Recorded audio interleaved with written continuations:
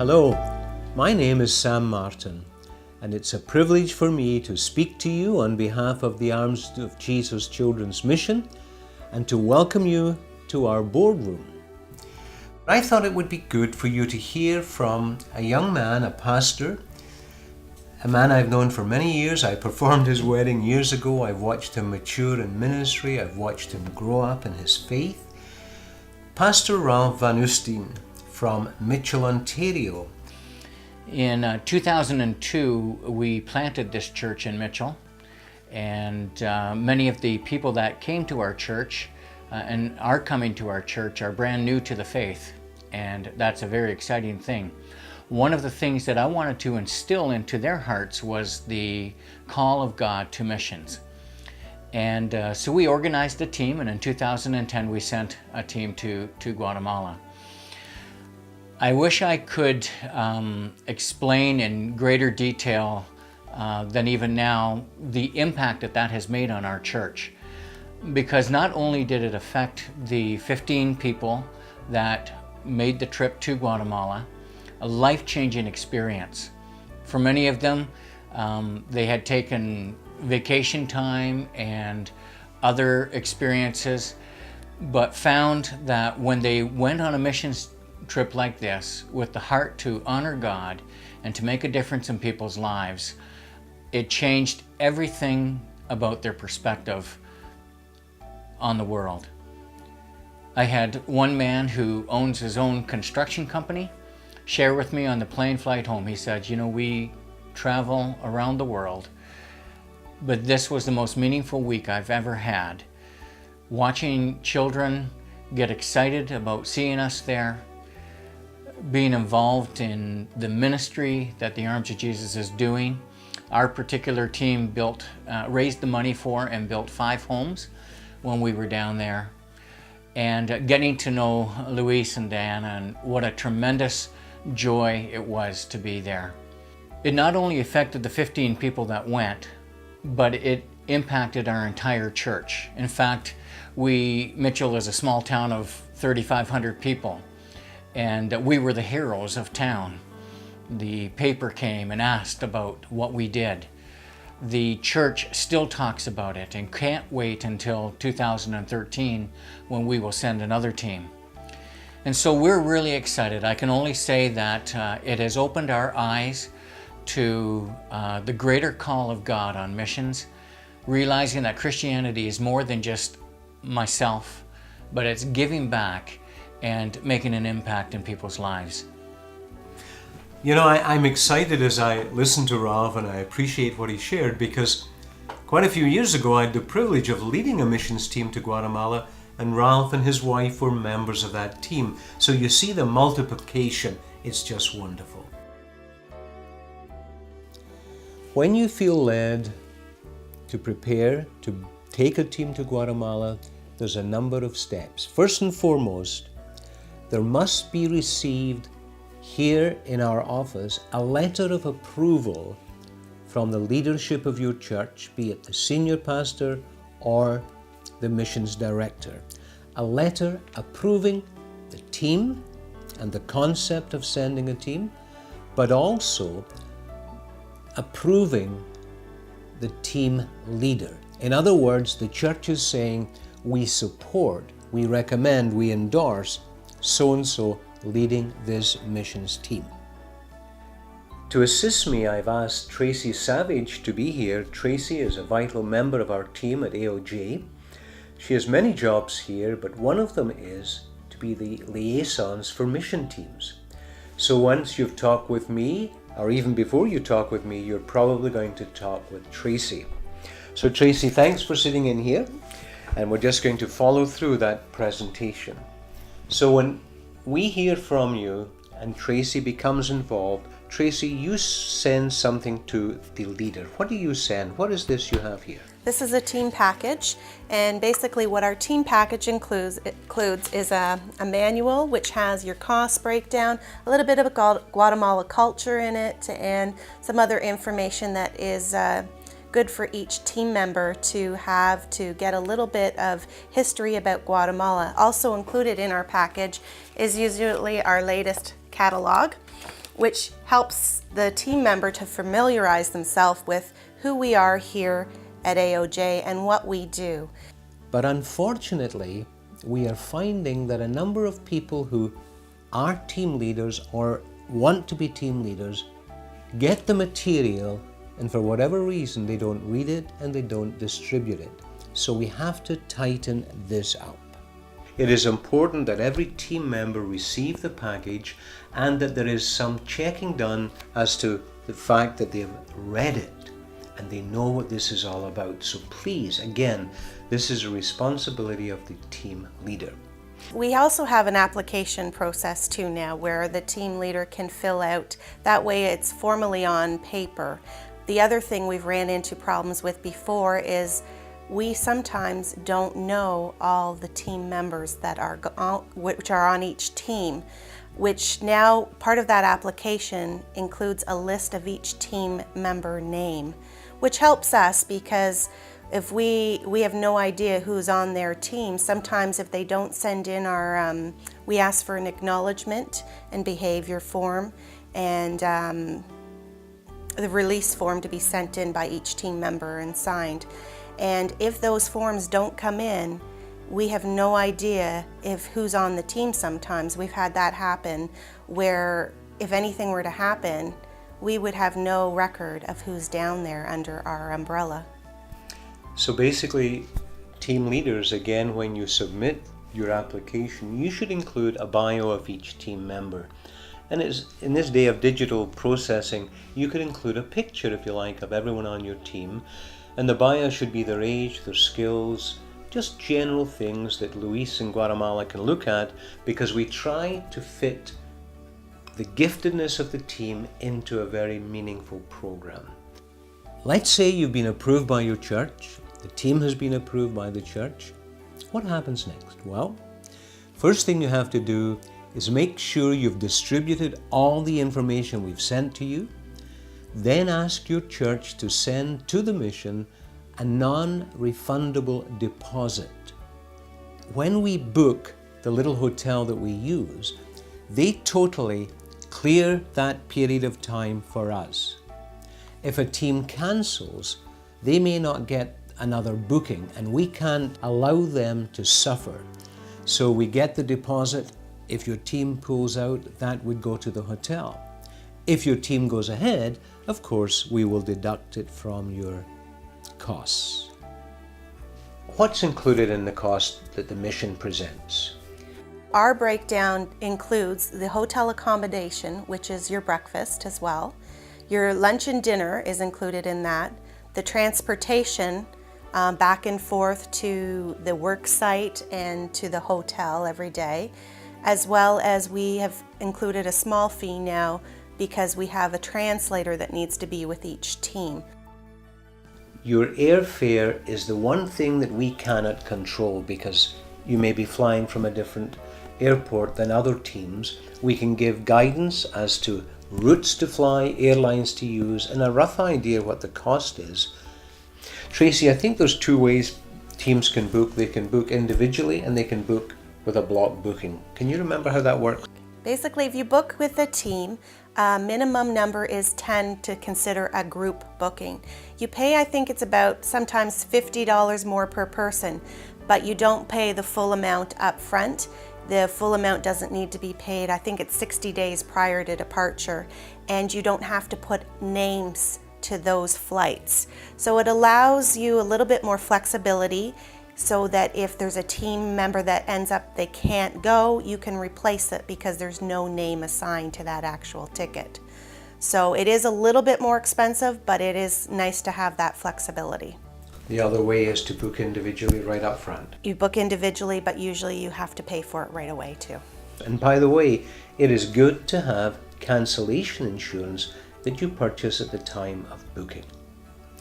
We've just learned recently that the US government is going to charge $5.50 going into the US, $5.50 coming back into the US. So there's $11 added on to your costs.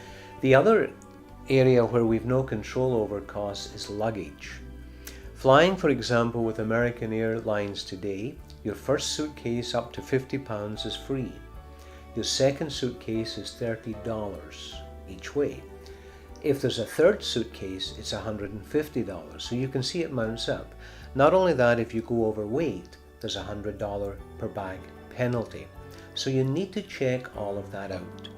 I think it's also very important that each team member has medical insurance. We've never had an accident, we've never had any problems, but we need to be sure that you are protected.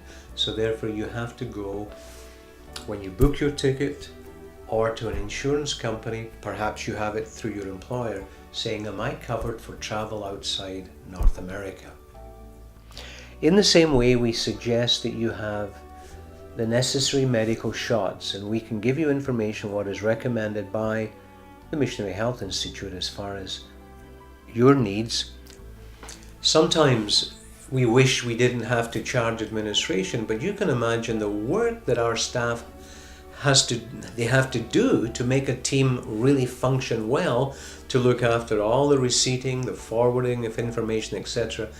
Tracy, what is our administration? For all teams, we do have a general administration that is for your team member cost. But on top of that, the other administration we have is for your team projects. Any money that is received for team projects is subject to 14% administration. So just in team planning, you need to be aware of that.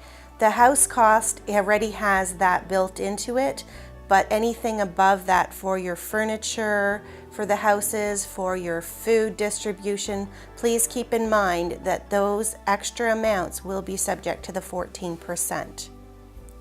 One thing I do want to mention, because I think it's important in this present economy, your entire cost for the trip, your airfare, your accommodation, your food, etc., is tax receivable if it's done through AOJ. In other words, you will collect the funds, send them to Tracy, we will issue a tax receipt. The government recognizes, you see, this is not a vacation, but you are being sent by us to do mission. So that's something to keep in mind. But you have to work through AOJ. Your local church can do the tax receipting, that's not a problem. But usually people are contacting us and saying, what do we do? So we suggest each team have a treasurer, and the treasurer receives the deposits, the payments for each team member. And these would be forwarded to Tracy. Because we recognize it is a financial cost to each person, sometimes each team member can have a lot of family members that were willing to donate to their cost. So they could have 10 people giving to one person. To help us out, it's much better if we receive one check from the church itself if they're willing to receipt, but I know sometimes that's not possible. So if we could have a person from each team act as a treasurer so that they can keep a spreadsheet to list each team member with the funds that are coming in for each person, that would be most helpful for us so that we don't lose track of who is actually paid. Of course, the next issue is team projects. You have to raise funds to be involved in projects in Guatemala. It can be, for example, building homes for poor families. You raise the funds, you do the work. The funds are sent here. Tracy, when we talk about project funds and so on, what are the kinds of things that teams do over and build homes where funds are involved? A lot of times they like to provide furniture for the houses that they're building, or they would like to do food and clothing distributions to the needy villages that are around. Sometimes teams like to bless our staff by providing a staff meal, or do a fun day for the kids at the school, and that could be by way of a school trip or a carnival day at the school. So there's different suggestions that our director will have for each team. If they want something special, we can uniquely design that. One thing we need to be very careful about is that all project funds must go through AOJ. Some teams in the past have made a terrible mistake of taking hundreds of dollars in their pocket to distribute in Guatemala. And the problem is when they come back and then their church asks, where did the money go? Have you got receipts? The answer is no, and then we're put on the spot. Not only that, it puts our staff in Guatemala in a very difficult position. They could be involved in money laundering. So it is better that the funds come through here. In fact, it's the only way this can work properly. And then they can be distributed in Guatemala when the team arrives, because we will forward the funds with the directions from the team. It is appropriate, as Tracy mentioned, for a team to take the staff out for dinner one evening. It is appropriate even for a gift to go to the director or the person who you've been working with, but again, coordinate it through the mission. Communication with Guatemala has to be done through this office, and we will forward letters, requests to Guatemala, and they'll come back here and we will forward them to you. The reason for that, it may seem we're controlling, we're not, but can you imagine, as has happened, if every team member was to send emails to our directors in Guatemala, our system would come to a halt, because they have work to do every single day, not only in preparation for teams, but directing every aspect of our ministry. And unfortunately, people bypass this. They contact the hotel direct and ask for favors. All of that cannot happen and must not happen. In the same way, we encourage our staff not to give out personal email addresses, and we would encourage team members the same, because here is the problem. A sponsored child may get your email address and use it wrongly, and this becomes an issue where they write and ask for things and so on and so forth. We don't want that to happen. But the other side of it is where staff members have received invitations from teams. Oh, you must come to Canada. We want you to come. We'll give you accommodation. Give me your email address and so on. And there's no realization that most of our staff don't have email at home, obviously. So to send an email, they have to go to an email cafe, to an internet cafe, and this is a problem. But in the same way, there is a misunderstanding in what is meant when someone says, why don't you come to Canada? The assumption is, oh, my fare's going to be paid. And there's no realization that, no, that won't happen. But even more so, the fact that they probably won't get a visa. So communication, one person on the team with AOJ Canada and then Guatemala. When a team goes to Guatemala, every team member needs to realize you are representing your home church, the church that's sending you. You're representing the Arms of Jesus Children's Mission that's facilitating this. But you know, more important than both of these is the fact that you are representing Jesus Christ. That is a powerful challenge and yet privilege. So you need to choose your team prayerfully and carefully, making sure they want to go for the right reasons, that they have a servant's heart, and that they can perhaps bring the skills and abilities that God has blessed them with to be used in Guatemala. And that responsibility falls on the team leader and the mission leaders of the church in choosing a team. Last year, we had our first, what we would call dysfunctional teams. Teams where everybody had an agenda, where there was no respect for the team leader and no respect for the program and indeed schedule that Guatemala had arranged for the team. Everybody going their own way, wanting to do their own thing, and this, of course, creates problems. One team arrived in Guatemala, and I hate to say this, but the first day, one person wanted to return home to Canada because the hotel was not 5-star. Can you believe it? All of this should have been dealt with by the team leader. So we need to take this seriously. Another problem that I think arises here with team leaders is familiarity. You know, you go to Guatemala once and everybody that goes gets excited, they want to go back, and that's wonderful. But sometimes the more often you go, the more you take liberties and you feel, well, I've been there, I've done this, I know that. I don't have to read the material. I don't have to follow directions. And the result is that there's problems in the team, problems in Guatemala. Basically, a leader has to lead, and a team has to respect that leadership. Not only here in Canada or the US where you're preparing, but even when you get to Guatemala, the team leader is the coordinator, the one that our director in Guatemala, Luis Rodinez, works with closely, accepting, approving agendas. But Luis would ask that the team be prepared to respect Guatemala customs. You see, we're going as servants, we're going as guests to Guatemala. And I realize here in North America, we have all different standards and values, even spiritually because of the churches we come from. And I guess that, on the one hand, makes the Christian life wonderful. But when you go to Guatemala, you're going to a much more conservative Christian society. Dress is very important to the Guatemalans. Obviously, language is very important to the Guatemalan.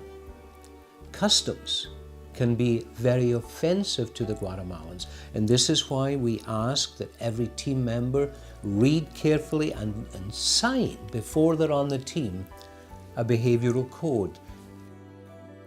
So just to kind of summarize this a little bit, team leaders must lead.